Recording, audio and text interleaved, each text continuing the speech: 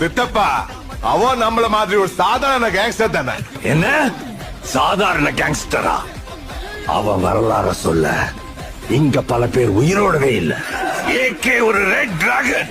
அவன் போட்ட ரூல்ஸ அவனே பிரேக் பண்ணிட்டு வந்திருக்கானா? அவன் மூச்சிலேயே முடிச்சிருவான்.